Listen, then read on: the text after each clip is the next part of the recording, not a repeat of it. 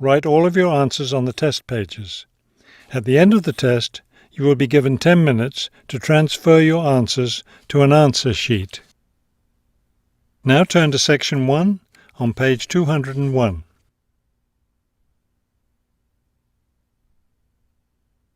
Section 1. You will hear a woman and a man talking about their work at a library. First, you have some time to look at questions 1 to 5 on page 201.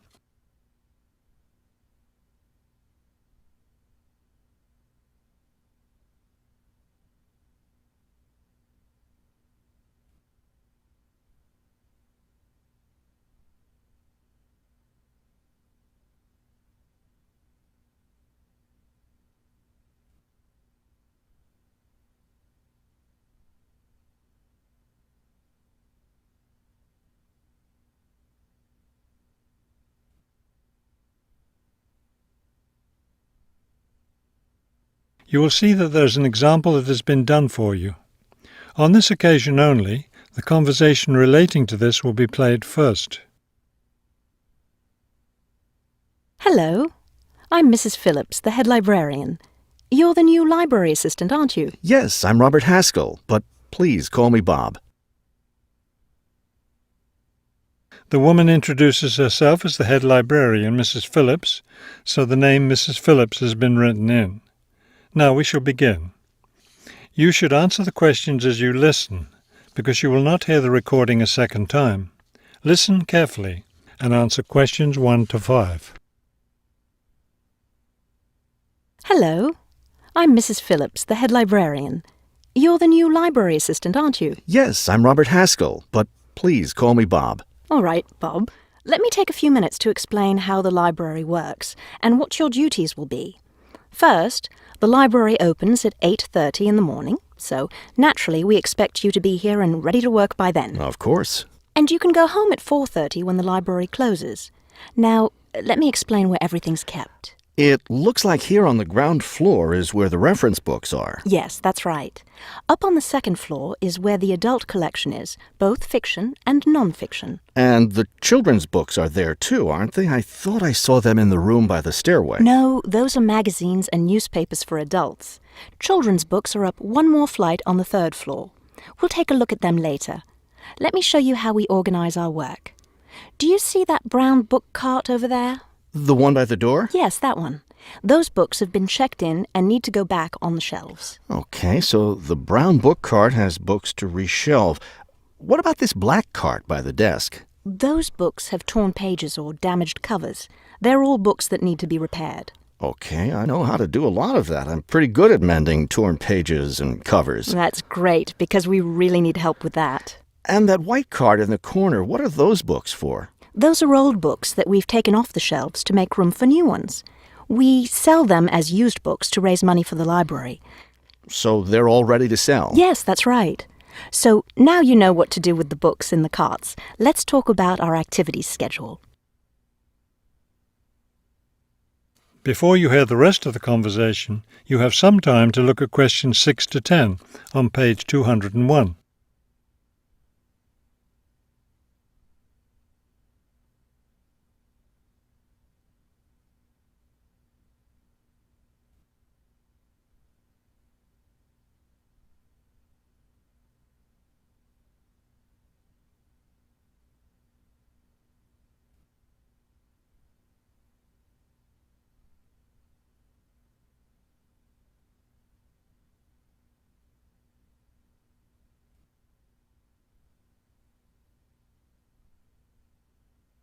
Now listen and answer questions 6 to 10.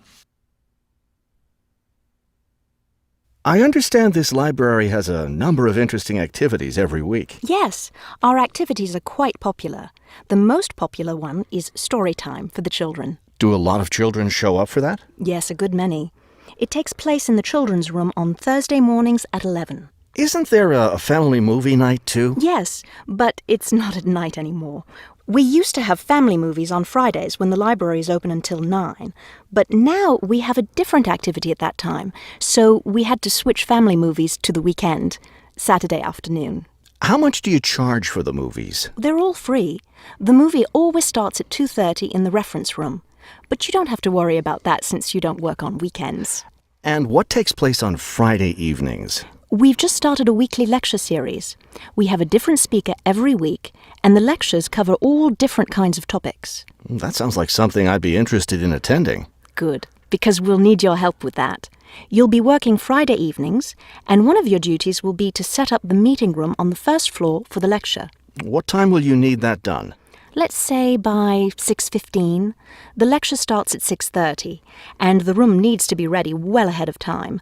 A lot of people arrive early. Maybe I should have the room ready by 6? That wouldn't be a bad idea. Okay, why don't I take you upstairs and show you the rest of the collection? That is the end of section 1. You now have half a minute to check your answers.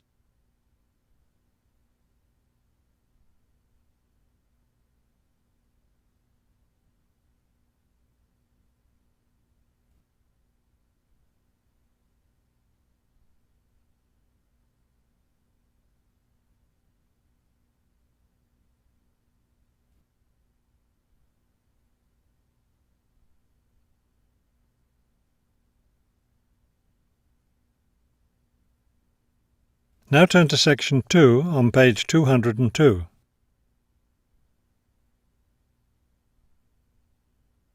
Section 2. You will hear a radio interview about a lakeside resort. First, you have some time to look at questions 11 to 15 on page 202.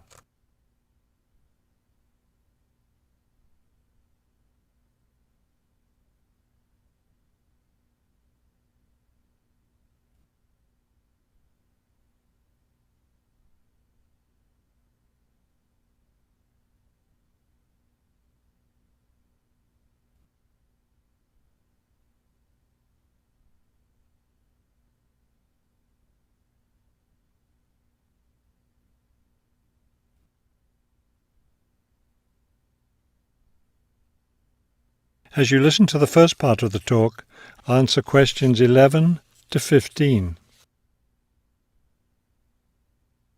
Good afternoon, and welcome to today's show.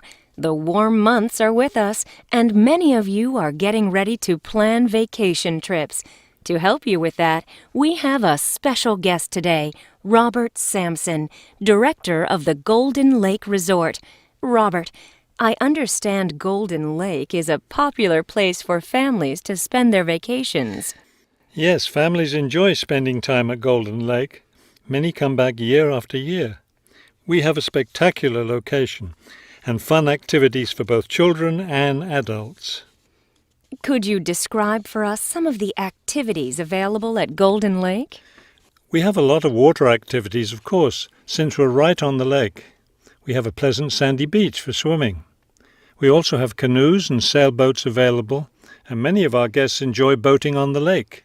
I imagine water skiing would be popular among your guests. Actually, we don't permit water skiing in the resort area. It can be dangerous for swimmers and for the canoeists too. We do have a great location for fishing, though, and you'll often see guests fishing from our dock or from the canoes. That sounds very relaxing. What about activities on land? Do you have facilities for tennis? We had tennis in the past, but the courts fell out of repair, and since we found that most of our guests weren't interested in the game, we closed the courts down. So that's no longer an option. And naturally, because of our location in the woods, we don't have an adequate area for a golf course.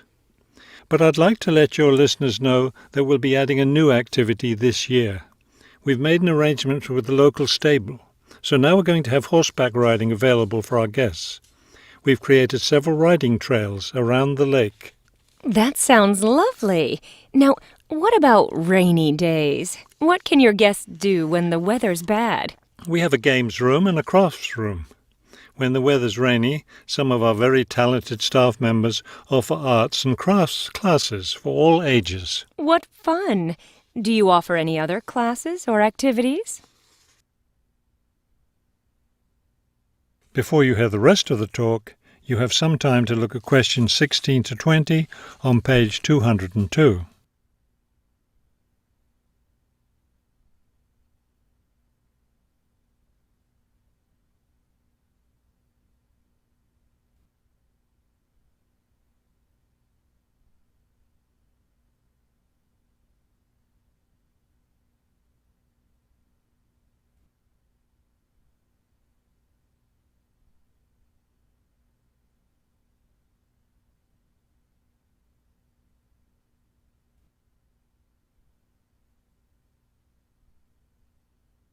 Now listen and answer questions 16 to 20.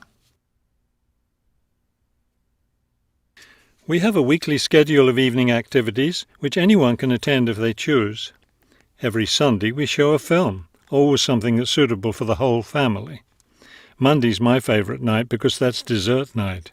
Our cook prepares a variety of desserts and we get to taste them all. I'd like to be there for that. Yes, it's great.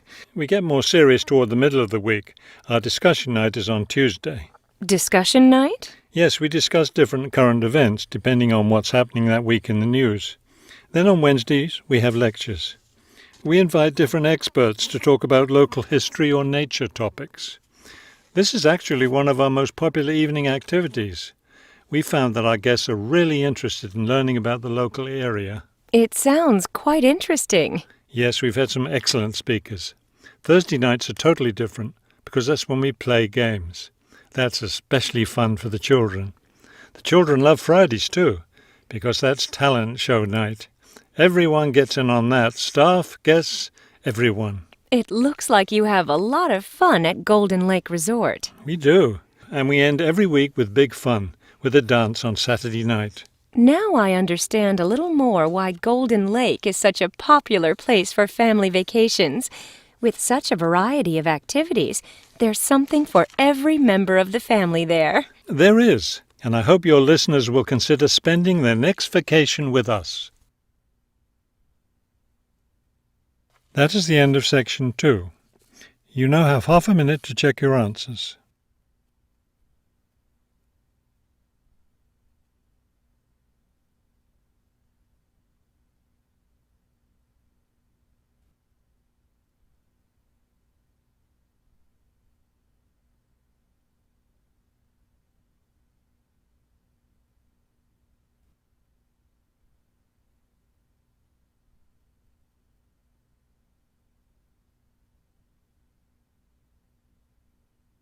Now turn to section 3 on page 203.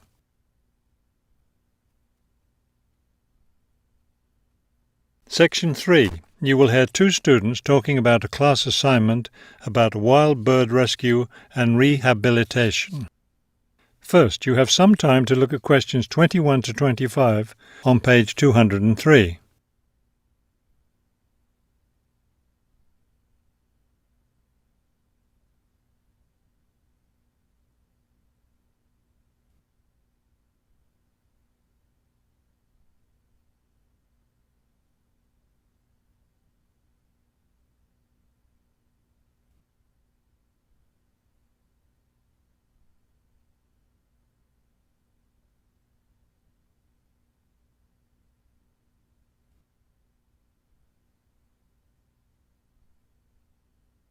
As you listen to the first part of the conversation, answer questions 21 to 25.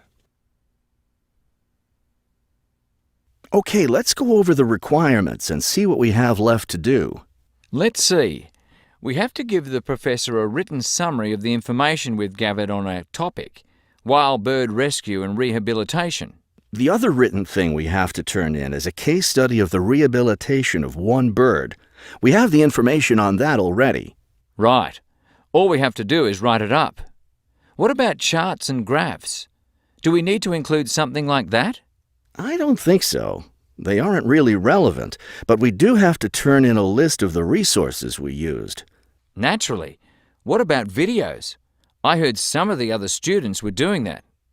Well, I guess that must be optional, because I don't see it on the requirements list. Okay, we should start planning our class presentation, since that counts for half the grade. We've looked at lots of sources of information, but I think our best source was the interviews we did with the wildlife rehabilitators. Agreed. That and the journal articles. I think we have enough information from those two sources for the presentation anyhow. The books we looked at weren't all that helpful. I wonder if we should try to bring in some live birds for the presentation.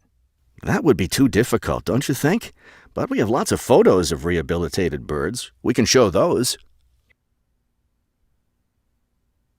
Before you hear the rest of the conversation, you have some time to look at questions 26 to 30 on page 204.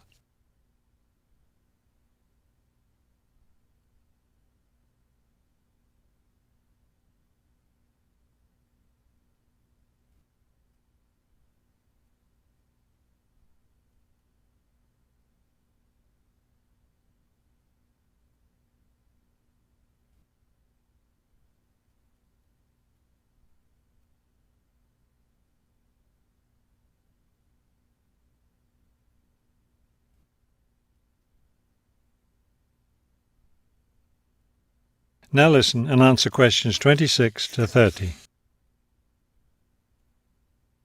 Right.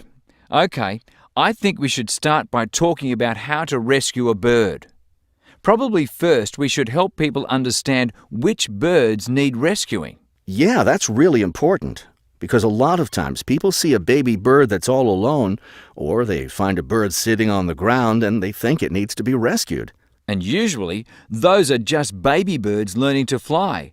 So we should emphasize that people should only attempt to rescue a bird that's clearly injured. For certain kinds of birds, the rescuer needs to wear protective gloves because some of those birds have sharp claws and can tear your shirt, or worse, injure your face or some other part of your body. Yes, that's an important point. OK, next, let's tell people to put the injured bird in a box with good air circulation. We should let them know that a cage isn't necessary, and a bag, especially a plastic one, could hurt the bird more. Another thing we need to say is that the best way to help the bird stay calm is not by petting it or talking to it, but by leaving it completely alone. Then people should take the bird to the bird rescue center as soon as possible.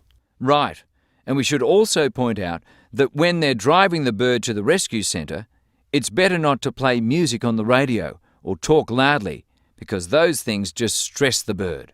Yes, it's better just to speak quietly while you have the bird in the car. Okay, we've got that part covered. Next, we should talk about what happens at the rescue center.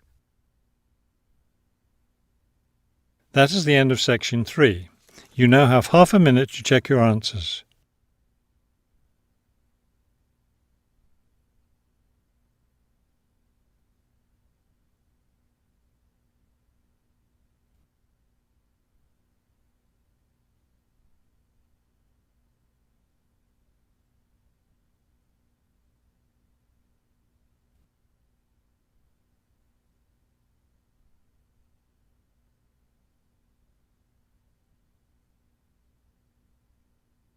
Now turn to section 4 on page 204.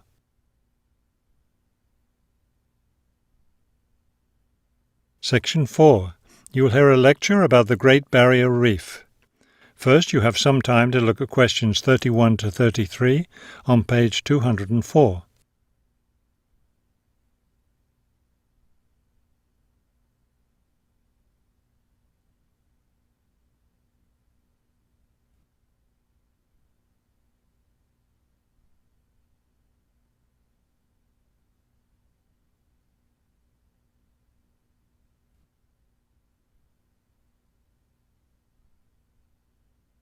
Now listen carefully and answer questions 31 to 33.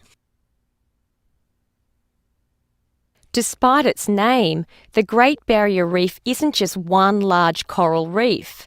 Rather, it's a system of coral reefs that stretches along the east coast of Australia, covering an area of around 300,000 square kilometres. The Great Barrier Reef is composed of approximately 3,000 individual reefs, which range in size from 1 hectare to more than 10,000 hectares each. In addition, around 600 islands are scattered throughout the area, particularly at the northern and southern ends. The reefs themselves are composed of over 400 different kinds of coral, the largest variety of corals found anywhere in the world. Before you hear the rest of the talk, you have some time to look at questions 34 to 40 on page 205.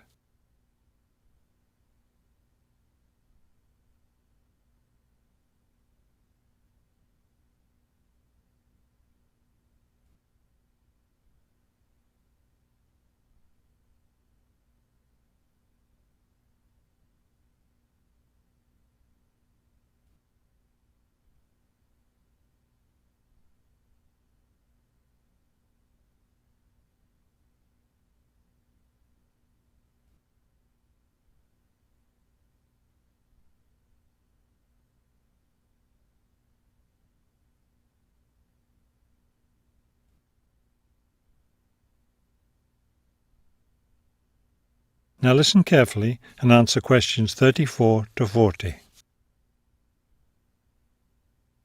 Thousands of species of sea animals live in and around the reefs. Altogether, approximately 1,500 species of fish inhabit the reef area, including a number of different kinds of sharks. One of the more interesting mollusks to be found in the reefs is the giant clam. This huge shellfish can live for more than 100 years and can weigh as much as 200 kilos. Sea mammals abound in the area, which serves as a breeding ground for certain types of whales, many of which are endangered. Over 200 species of sea and shorebirds feed, roost or nest among the reefs and islands. Many types of reptiles can also be found living among and near the reefs. Saltwater crocodiles, for example, inhabit the marshes along coastal areas. Amphibians include at least 7 species of frogs inhabiting the islands of the reef. Unfortunately, this wondrous area of the world is threatened by climate change.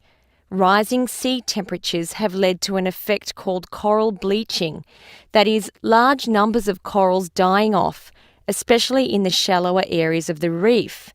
The Great Barrier Reef Marine Park Authority is attempting to find effective ways to deal with this issue that threatens the reef.